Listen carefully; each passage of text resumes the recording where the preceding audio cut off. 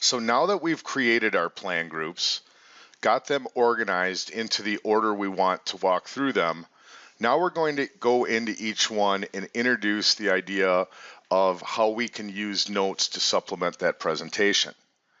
So if we go into our current dual choice, we've got our 2000 base and our 1000 buy-up. Now there's notes available at different levels. We have benefit type notes. So if I go into a medical plan, we can have copay notes, we can have medical plan notes. And in the reporting tutorials, you'll find where those notes surface in the various reports. And a lot of those more detailed plan level notes really show up in our plan design detail reporting. Now, in terms of focusing on the presentation, we're going to focus on these notes right here, which are what we consider plan group notes. They're right under the plan group cost. We can see they're not inside any plan design. They're not affiliated with a specific plan design. They're notes that apply to the entire group of plans. So there's no right or wrong notes, but we're going to go ahead and enter in really a description of what we're illustrating in that plan group. So in this case, we're going to put in dual choice with employer paying 70% for each plan, right? And I could put in dual choice. Maybe we want to add to that 2,000 deductible and a 1,000 deductible. So we've got a little bit of information about the plan, and we're keying in on the contributions, which is going to be a part of this specific presentation.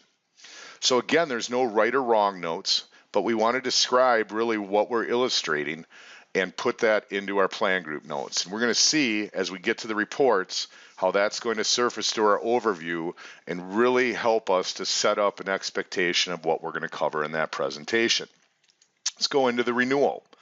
Notice the name of the renewal, how we're naming those plan groups, right? So our name here suggests that this is more specific than just the renewal. Again, it's the renewal assuming we have that same contribution. So I'm going to open it, add my notes, and we're going to just say same plans with same employer contribution percentage. All right, let's keep going.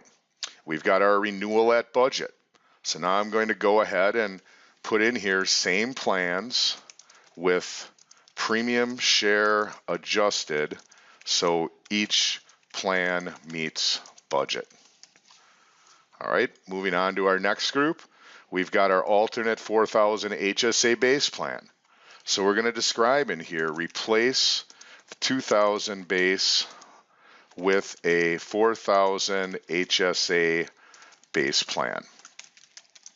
Premium share set so plan meets budget. Again, notes describing what we're illustrating here.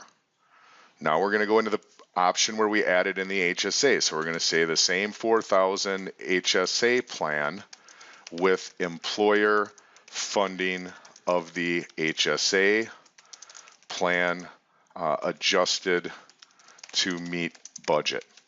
And I keep these notes relatively generic so that if we want to go in and make changes, our notes still apply to that group.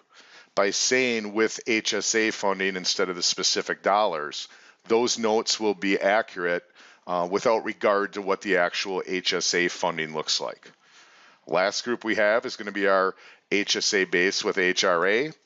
So we're going to put in the 4,000 HSA base plan with employer funding of HSA and a HRA of 3,000 to 4,000 of deductible, and we'll put right in the notes budgeted at 40% utilization. Right, so again, it's not necessarily the exact notes I'm putting in I'm concerned with right now. It's the idea of getting used to putting in those notes as we're going to see how those surface in our reports and become part of our presentation. The other thing is that plan group notes are very helpful just internally, especially in the renewal season where we're managing a lot of groups, and we want to look at what was the point we were trying to get across in this plan group. Helpful to even go back in past years and look at notes on proposed options we may have had in the past that weren't necessarily selected. So again, good practice to get into populating those plan group notes as part of the presentation. So now we have our employer, what we would consider presentation ready. We have all the plan groups containing all the plan designs and different variations of those that we need. We have the groups hidden that we don't want visible at the beginning. We have them arranged in the order we want to walk through our options. And we have names that really set up an expectation of what's going to be contained in the groups, as well as plan group notes to accompany those. So now that we have this employer, what we would consider presentation ready, in our next tutorial, we'll talk about what the actual steps are in terms of best practices of an effective presentation. If you haven't had a chance yet to watch the tutorial on reporting with Dynamis, I would suggest watching those courses first to get familiar with the reports, as in the next session, we're going to really focus on how to use reports and dashboards in combination to set up a successful presentation.